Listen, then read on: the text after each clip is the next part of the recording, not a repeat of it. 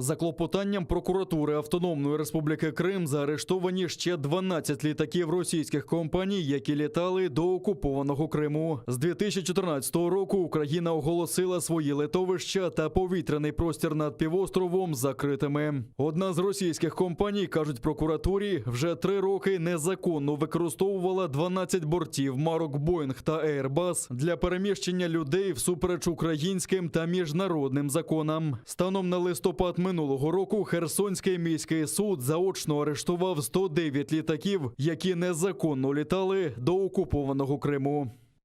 Здійснення перельотів іноземними, переважно російськими авіакомпаніями на тимчасово окуповану територію Автономної Республіки Крим розглядаються Україною як порушення норм міжнародного права, дії, що підривають суверенітет України, а також як порушення законодавства України, що тягне за собою кримінальну відповідальність авіаперевізників, операторів та капітанів повітряних суден.